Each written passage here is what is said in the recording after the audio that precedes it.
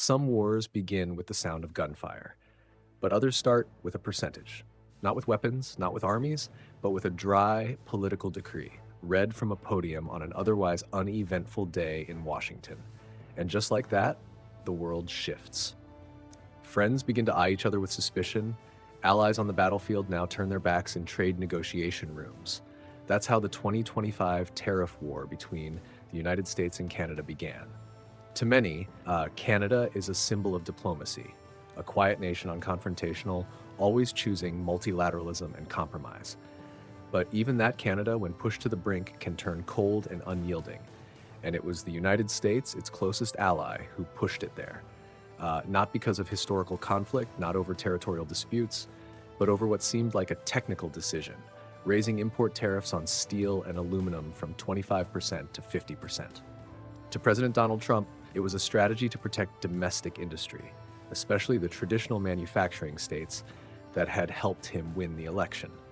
To his White House advisors, it was a warning shot aimed at trade rivals like China and Mexico. But ironically, the blow didn't spare Canada.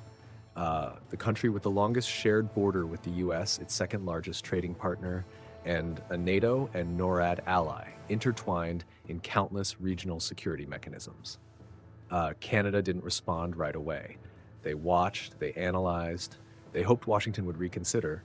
But when that hope was extinguished by further White House statements, Ottawa was left with no choice. They didn't shout, they didn't slam the table, they delivered a list of American goods that would now face tariffs. And each line on that list was a cold, calculated, and razor-sharp response. And so the spiral began. Amid the applause at Midwest campaign rallies were soybean fields with nowhere to ship their harvests, trucks carrying Florida orange juice stuck at northern border checkpoints, and hundreds of tons of American industrial goods delayed at Canadian ports. There was no smoke from gunfire, but there was smoke from economic dreams left burning. The world watched a paradox unfold. The US, in its quest to reclaim trade dominance, ended up shooting itself in the foot. And Canada, never wanting to be an opponent, was forced to respond. Not to win, but simply not to be trampled. In this setting, steel, once a symbol of industrial might and national strength, became the first spark. A cold, lifeless bar of metal, but once placed under the light of political agendas and domestic interests, it turned into kindling. And it didn't just scorch an alliance, it spread to soybean fields, dairy barns, and production lines on both sides of the border. To understand how a decision that seemed so simple led to such a serious trade crisis, we have to go back to the beginning, to the moment when steel wasn't just metal anymore, but the origin point of a confrontation named protectionism. And in the next chapter, we'll retrace that very first step, when the White House thought it was drawing a line against enemies, but instead opened a front against its friends.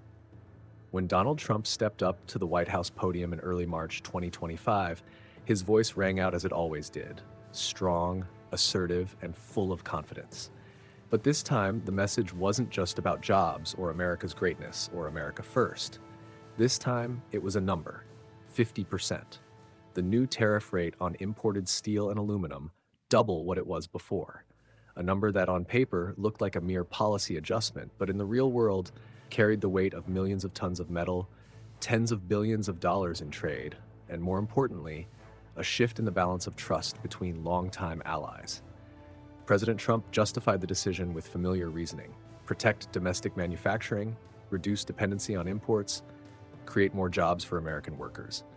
To him, this was a way to reclaim America's industrial edge, restore supply chain independence, and pressure foreign countries, especially China, into concessions. But ironically, one of the first nations hit wasn't Beijing, it was Ottawa. Canada, the country that shares the longest undefended border with the US. A country that stood shoulder to shoulder with America in wars, in building NATO and NORAD, and in countless international commitments. A country Americans often affectionately call the friendly neighbor. And yet overnight, Canada was placed on the list of nations deemed a threat to national security for exporting steel and aluminum. Not everyone grasped the full weight of what that meant to Canadians. This wasn't just an economic blow, it was a blow to dignity. Because Canada wasn't just a trade partner, it was a symbol of cross-border trust. a trust built over generations, from the trenches of world wars to the halls of international summits. To be suspected, sanctioned, treated as a threat, for many Canadians, this was a political insult they couldn't ignore. And in that moment of shock, Canada acted, but not with outrage, not by pounding fists on diplomatic tables. Instead, Prime Minister Mark Carney stepped forward, calm and composed. In his hand wasn't a weapon, but a detailed counter-tariff plan. Each line in that document was a signal. Canada was ready to play this game, not to win, but to remind Washington that every action has consequences. At first, American diplomats dismissed Ottawa's reaction. They believed Canada, with a smaller economy and heavier reliance on the US, would eventually back down. But they forgot that Canada no longer lived in the shadow of the Stars and Stripes. They forgot that in an age of global supply chains, power doesn't just lie in size, but in the ability to control key links. And most of all, they forgot that a nation humiliated can become more resolute than any enemy. The conflict simmered quietly. No gunfire, no explosive declarations. But it struck at the heart of the world's largest economic alliance, slowing assembly lines in Michigan, clogging up warehouses in Quebec, and turning trade minister phone calls into the most tense they had ever been. Steel, once the symbol of resilience, unity, and industrial growth, had now become a symbol of fracture. A fracture that couldn't be welded shut by speeches, but would require real action to restore trust. But Canada didn't choose to wait. They didn't retreat into boardrooms. They stepped directly into the trade war, with their first move launched on March 4th, 2025. A counterattack, carefully crafted, logically mapped, and unmistakably Canadian. Quiet, but aimed straight at the opponent's soft spot, US domestic politics.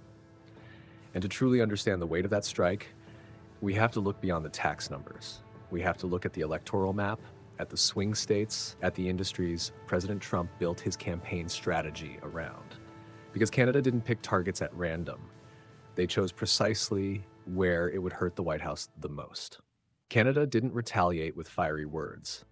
No angry declarations, no blistering tweets, no theatrical political displays. Ottawa chose its trademark approach, precise, cold, and calculated. When the list of US goods subject to tariffs was announced on March 4th, 2025, many immediately saw it for what it was. Not an emotional reaction, but a strategic move drawn straight from the US electoral map. On that list was Florida orange juice, a harmless-sounding beverage, yet symbolic of a critical swing state. There were big motorcycles, iconic American brands tied to white, working-class, middle-aged men, a core Republican voting bloc. Toilet paper made the list, seemingly odd, but a consumer good produced heavily in traditional industrial states. And even maple syrup, a Canadian cultural icon, yet a major export to the US. Each product wasn't just about economic value. They carried a clear political message. Canada knew exactly where to apply pressure. Not at the everyday American consumer, but at manufacturing sectors with a voice in Congress. Not at the entire country, but directly at the states that had helped return Trump to the White House in the 2024 election. And that wasn't the end. Just days later, on March 12th, Canada expanded its trade sanctions. This time, the list reached beyond steel and aluminum, the original flashpoints, and targeted processed foods, home electronics, and industrial equipment. This was no longer a warning shot. It was a declaration of war, in the language of economics. A message delivered not through microphones, but through shipping containers denied entry at the ports of Vancouver and Toronto. Why did Canada take such a bold step? Because they understood something fundamental about international trade. You don't have to shout to be heard. You just have to hit the pain point and hold your ground. And in this case, the pain point was Trump's political support, which leaned heavily on agricultural and industrial swing states. When those sectors couldn't access the Canadian market, one of America's biggest export destinations, that support began to wobble. In states like Wisconsin, Ohio, Iowa, and Nebraska, kitchen table conversations began to shift. People weren't just talking about milk prices or soybeans anymore. They were asking, why is Canada taxing our goods? Are we paying the price for a policy we didn't control?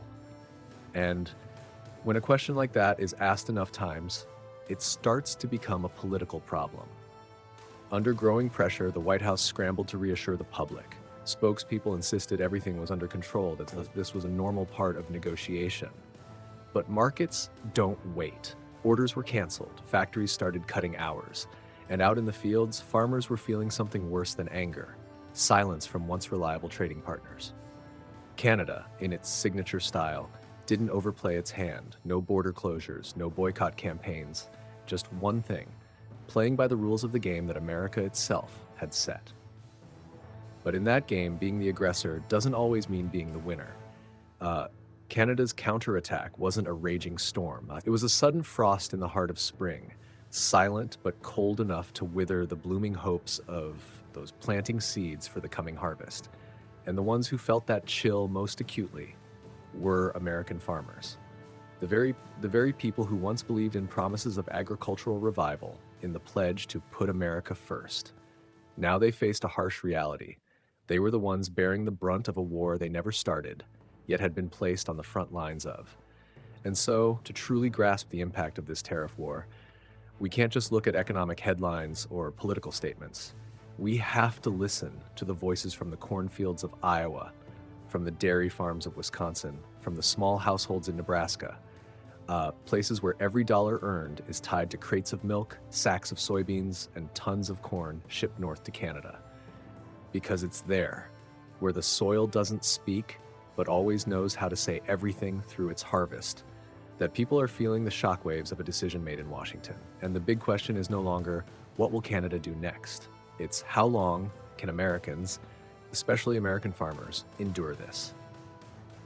If there's anyone paying the highest price in the US-Canada tariff war, it's not the multinational corporations. It's not the officials in glass towers in Washington or Ottawa. It's the American farmers, the people who rise before dawn, work tirelessly under sun and wind, and feed the entire nation. And now, they're the first to be left behind as North America's biggest bilateral trade relationship begins to crack. In Iowa, soybean growers are watching their shipments get turned away at northern border crossings. In Wisconsin, dairy farmers are seeing milk prices plummet after losing one of their key export markets. Canada used to be the second largest destination for US agricultural goods, accounting for tens of billions of dollars annually. But now those markets have slammed shut, cold and silent, as if they never existed. In fact, no country imported more American pork, yogurt, fruit juice, or grains than Canada. It was close by, cheap to transport to, and easy to access. But the moment US goods became tariffed, Canadian supermarkets didn't hesitate to pivot to suppliers from Mexico, Brazil, Europe, or to build domestic alternatives. And once shelves are restocked, regaining that distributor trust becomes an uphill battle. The Trump administration once vowed to protect America's farmers, hailed as the backbone of the nation. But now, trade policies are turning them into sacrificial pawns. Back in 2018, when the US-China trade war erupted, the government had to spend $28 billion in farm bailouts. Those payments were slow, insufficient, and no replacement for the trust lost in international markets. Now, that same story is playing out again, but this time it cuts deeper, because the pain isn't coming from an adversary, it's coming from an ally. Jake Wilson, a corn farmer in Nebraska, said on local radio, "I don't understand why we're at war with Canada. I've sold crops there for over 20 years. They didn't cheat, didn't dump prices, they just wanted to do business. Now I'm dumping hundreds of tons of corn because of a tariff from my own government." Voices like his are growing louder. In co-op meetings, in congressional hearings, even on the campaign trails in key farm states. This isn't just fleeting anger anymore. It's a clear sign that American farmers are starting to lose faith. The damage isn't just in the numbers, it's in the feeling of betrayal. When people who voted for this administration believing they would be protected now find themselves suffering the most. Every shuttered farm, every lost contract leaves a scar in rural America, where economy, culture, and dignity are intertwined like rows in a plowed field. And it doesn't stop at agriculture. As retaliation expands, other industries, many still recovering from the pandemic and global supply chain shocks, are starting to feel the pain too. Because no matter how powerful the US economy may be, it is not immune to the backlash of a disrupted supply chain. Steel factories in Ohio, Pennsylvania, and Indiana, once promised a revival through protective tariffs, are now facing a bitter irony. They can't export to Canada due to counter tariffs. Orders are dropping, production lines slowing, workers losing hours. And with revenue squeezed from both ends, imports becoming pricier and exports harder to sell, the unavoidable has begun. Instead of being protected, American industry is starting to suffocate itself. We'll now dive deeper into that picture, where not just farmers, but factories, workshops, and working families across America are grappling with the same question: who's really benefiting from this trade war? And who's being left to carry the burden in silence? If American farmers were the first to feel the sting of the US-Canada trade quake, then right behind them came a wave of industries once thought to be rock solid, the very sectors long hailed as symbols of Made in America. Factories once humming with the sounds of revival, once filled with hope of a manufacturing comeback, are now facing a bitter paradox, protected by tariffs, yet trapped behind the very barriers meant to shield them. When the import tariffs on steel and aluminum were raised from 25% to 50%, the White House declared it a strong dose, a bold move to revive America's heavy industry. U.S. steel would be safeguarded, domestic products would dominate, and workers would have secure jobs. But reality rarely follows the script. In today's web-like global economy, where a single car part, a refrigerator door, or a construction beam may involve components from dozens of countries, a unilateral trade wall is like building a barrier inside your own home, and then tripping over it every day.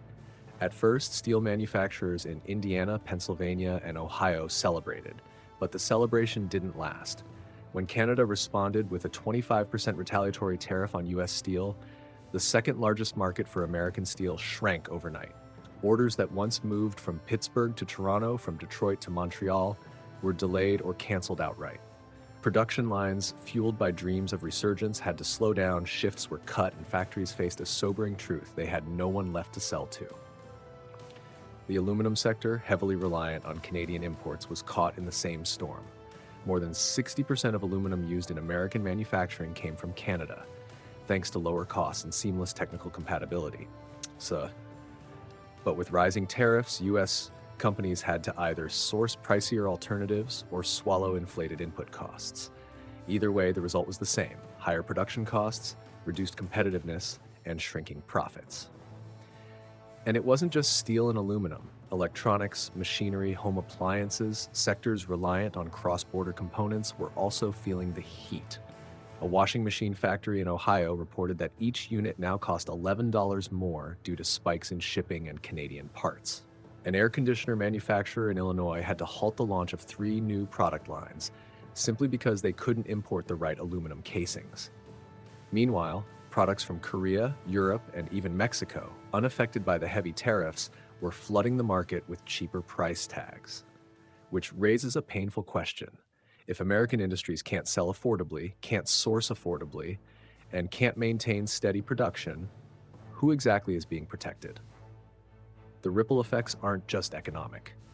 In the industrial heartlands of the Rust Belt, places that already witnessed mass factory closures over the last decade, a flicker of hope has once again been extinguished. Now, hiring signs are coming down, training sessions for new workers are being canceled, and in factory break rooms, the same bitter question echoes: is this about China again? No, it's about Canada. Seriously? The financial markets didn't stay quiet either. Stocks in affected manufacturing firms slumped. Investment giants began rethinking expansion plans in the US, citing rising policy risk. And meanwhile, international competitors, once wary of America's protectionist pivot, are seizing the moment, sliding deeper into the very markets the US is now backing away from. Consumers, too, are starting to feel the pinch, paying more for cars, appliances, and basic goods. But beyond higher prices, what's quietly eroding is trust, that invisible but vital thread in any global supply chain. Business partners are growing hesitant. Why build with the US when a single signature from the White House can upend your supply routes, production forecasts, or long-term contracts? And so inevitably, this is no longer just a story about one industry or one state. It's become a spreading crisis where everyone from factory workers to grocery shoppers is being forced to bear the brunt without ever being asked. But perhaps the most painful cost isn't measured in dollars lost. It's the creeping sense many Americans are now wrestling with, that the United States may no longer be the stable anchor of global commerce it once was, that the walls built to protect are starting to isolate. The hardship isn't over, and now with industry cornered and farmers exhausted, a new question is rising across America. Is this really the price worth paying for a kind of trade power the world is already beginning to turn away from? In physics, every action creates an equal and opposite reaction. In trade, that's not just true, it's inevitable.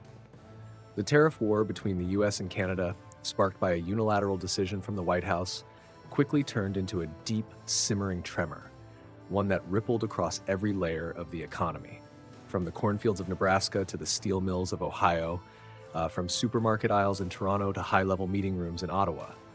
At first, it was framed as an effort to make America great again. But the deeper we look, the clearer it becomes. This wasn't a battle to win, it was a spiral of harm and loss.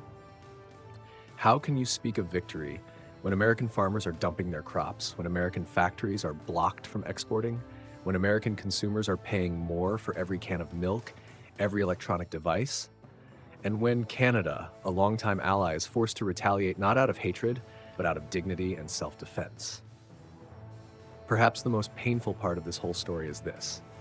In trying to punish its trade rivals, America ended up pushing its friends away. A go-it-alone strategy that seemed to showcase strength only revealed its greatest weakness: isolation. In a globalized world where every supply chain is stitched together by cooperation and trust, any nation that builds walls around itself will eventually discover it's locked itself in. Canada never wanted this fight. They once chose silence.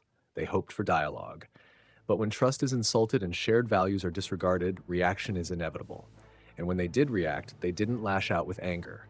They responded with strategy, striking at the very places America would feel it most: its economy and domestic politics. The story now isn't about who's right or who's wrong. It's about what we learn from this fracture. Will Washington come to see that in today's world, true strength lies in respect and enduring partnership? Will the champions of protectionism have the courage to admit that some policies have deeply hurt the very people they vowed to protect? And is America mature enough to understand that power doesn't just come from issuing orders, but from the ability to listen? No one wants to lose in a trade war, but the tragedy is, sometimes no one wins. Only ordinary people on both sides of the border are left to suffer. And if there's anything that can still be salvaged, it's honest, good faith dialogue.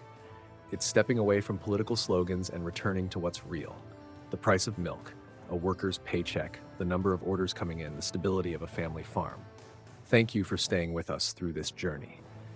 A story not just about tariffs, but about trust, about pain, and about the geopolitical lessons between nations that once stood shoulder to shoulder.